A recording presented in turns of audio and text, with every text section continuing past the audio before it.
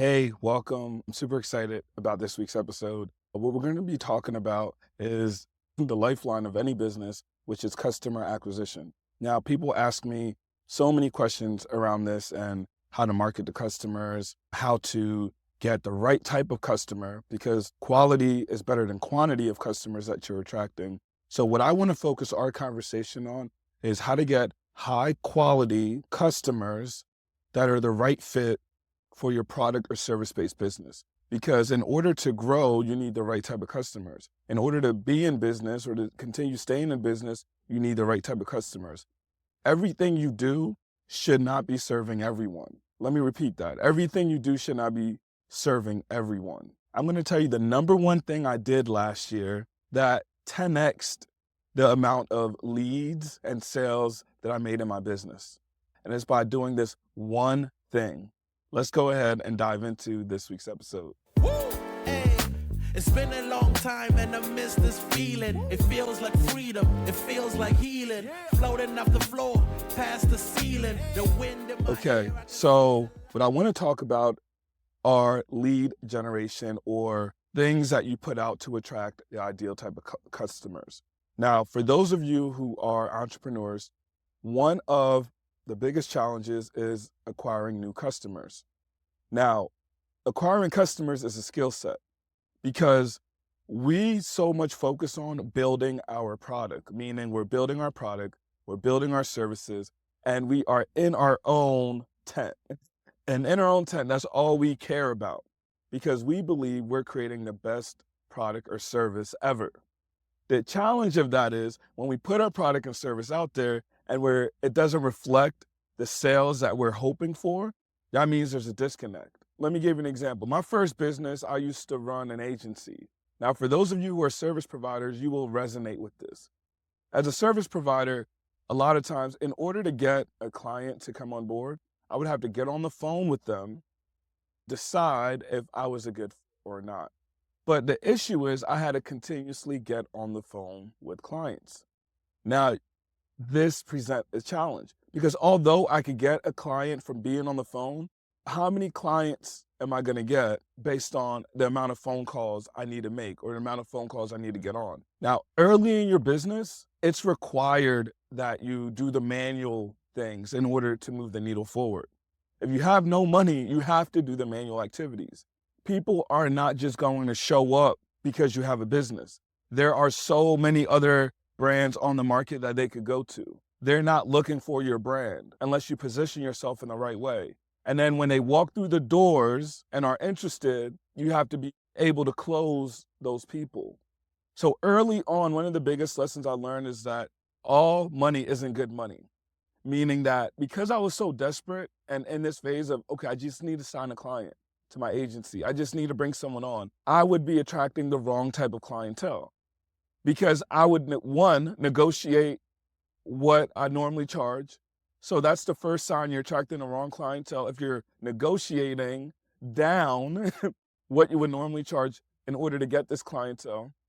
The second thing that you have to remember is that you're getting on the phone with so many different type of prospects that have different needs.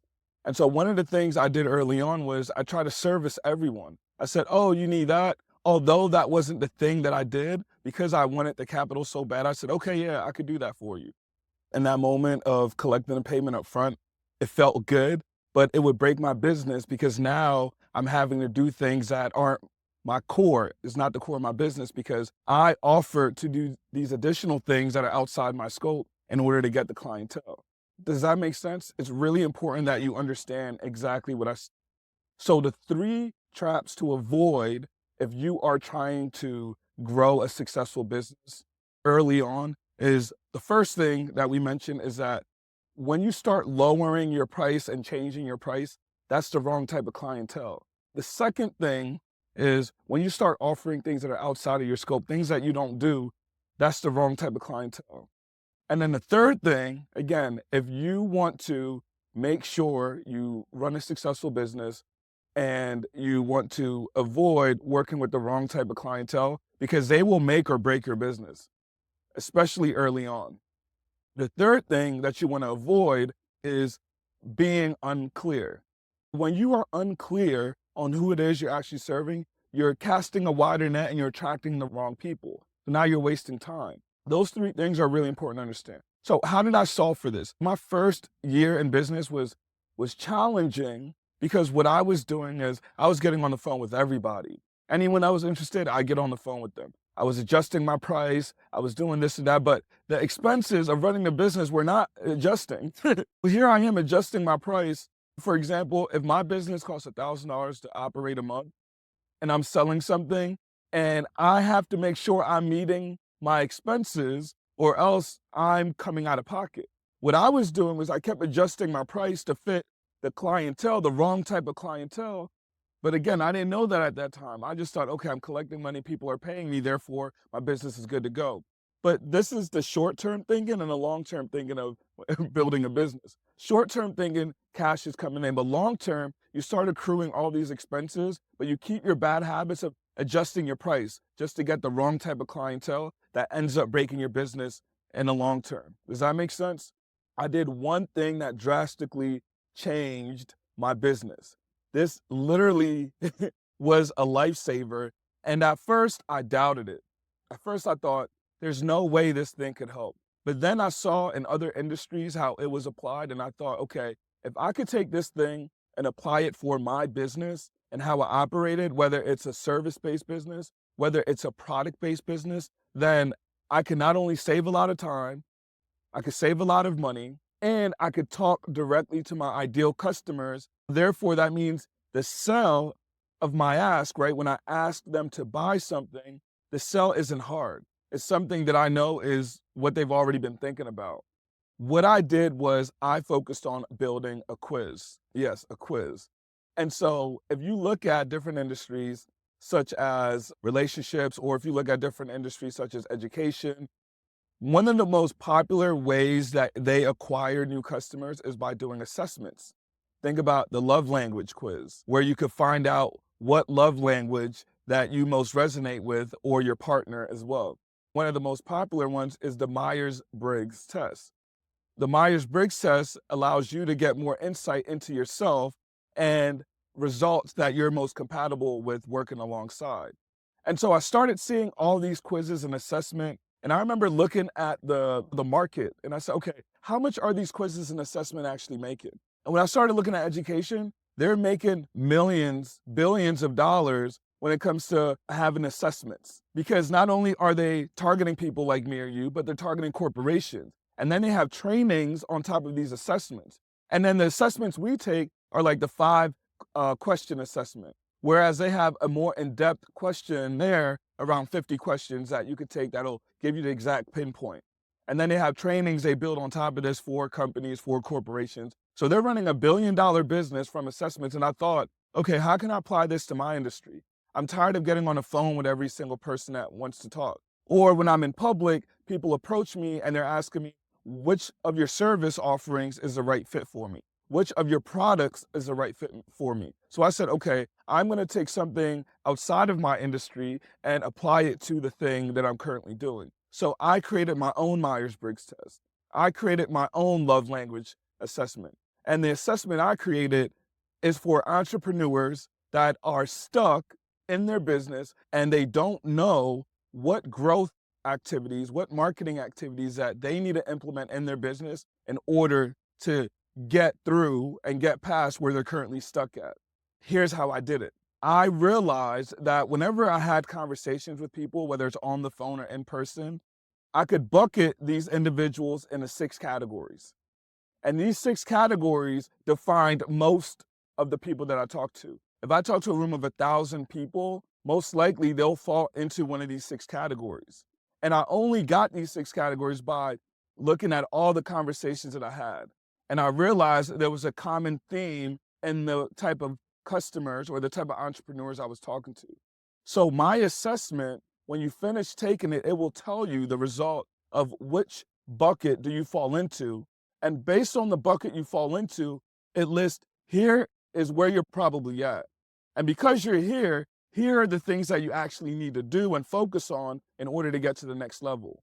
Here are case studies of people who are where you are. I built the Marketing Growth Assessment, which is called MGA, the MGA quiz. And if you go to my website, poweryourlaunch.com, you'll see the quiz tab. If you click the quiz tab, you'll see this assessment. I'll add it in the show notes. And this assessment is probably the most taken assessment online right now, because when entrepreneurs feel stuck, when they're not growing, they go through this assessment to see if they get a different result, to see if they're progressing up the ladder in their journey. And what this assessment allows me to do is, instead of having these hour-long conversations with potential prospects, instead of people bombarding me when I'm out in public, I decided, okay, hey, did you take the MGA? Did you take the Marketing Growth Assessment quiz? I'm like, okay, well, what was the result it gave you? Now that I know that the result it gave them, it's a lot easier for me to speak to them based on where they are. Instead of me trying to sell them this other thing, I can actually sell them directly to where they are.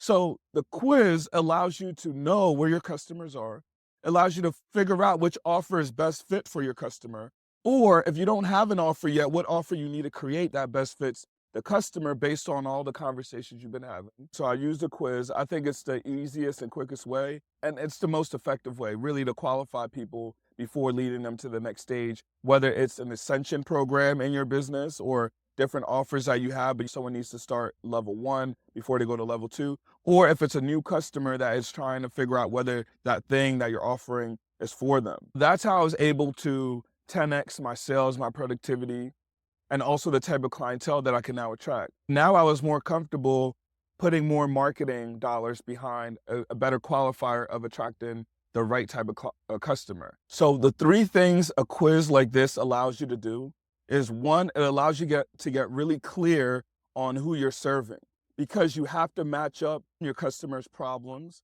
with an offer that you have. And it also allows you to identify, maybe you don't have an offer for that specific type of customer that you realize you now have based on all the conversations that you've been having. The 3rd thing it allows you to do is save time, because now you can talk directly to where people are. So quizzes are the most underrated and underutilized tools that people are not using when it comes to growing their business. It literally acts as the perfect filter, because you could have a 5-question quiz, you could have a 10-question quiz, whatever that amount of question is, in order to know that's my ideal type of customer. And when I implemented this simple quiz in my business, when people are ready to check out and they don't know if this is for them, when they're on the landing page, when they're on the checkout page, and they don't know if this is for them, they just take the quiz, and it simply tells them where they are, and it tells them what is for them that I offer. It's been a game changer. And when I tell you that, it's just saved me so much time from getting on the phone, so much time from getting emails and responding to emails, because they know exactly what they need to do. It's allowed me to increase productivity in the business. It's allowed our customer service team to not have those repetitive types of questions. It's allowed me to increase my bottom line tremendously, over 10x, because I know exactly who I'm talking to and who I'm serving. So if you're a business owner, what I challenge you to do is, when you take quizzes, like the Myers-Briggs says, when you go to my website to take my quiz, like the Marketing Growth Assessment, when you go through it, see the type of questions that I'm asking, because you'll realize when you get to your result, based on how you answer those questions, you get a different result. But it's really important you understand I did that on purpose. So you can grow your business by building effective quizzes, by limiting the amount of people that you have to physically talk to, by creating a better filter, and then you're able to not only increase your sales, but increase your productivity and the amount of people that you could serve. So let's talk about how I did it. When we think about it, and I'm just looking at my notes here to the side. First, in order to build this quiz, I needed to understand that this quiz was going to help me build better relationships with my supporters, with my clients, with people that wanted to purchase from me. I broke things down into who, into what, into how. So let me take you through my thought process. I needed to figure out a way to better qualify leads so I'm not always getting on the phone all the time. In order to make more money, I had to leverage my time differently. How did I do that? Instead of getting on the phone, that's one marketing activity, instead of getting on Instagram Live and answering people's questions every day because they're having the same type of repetitive questions, I'm going to create something very simple that's going to allow people to determine themselves, self-diagnose whether my products, whether my services are for them. I think more people should utilize quizzes, utilize assessments in their business. Because if you do, I think the potential to save time and to attract the right type of customer increases. That's all I have in my notes for this week's episode. I'll see you all during next week's episode. Let me know if you try this in your business because I'm really curious. Go through my quiz, the Marketing Growth Assessment. Go to poweryourlaunch.com and then find the quiz in the menu and take it and let me know what you get. And lastly, I really appreciate all the love and support I've been getting. When you go to Apple Podcasts, scroll down and write a review. So leave us a review, but also write a review if you're enjoying these episodes. All right, that's all I got for you. All right, bye. It's been a long time and I miss this feeling. It feels like freedom, it feels like healing. Floating off the floor, past the ceiling. The wind in my hair, I can see the light. At the end of the tunnel as I'm taking flight. Man, I'm feeling like myself again. Hey, man, I'm feeling like myself again. It's been a long time and I miss this feeling.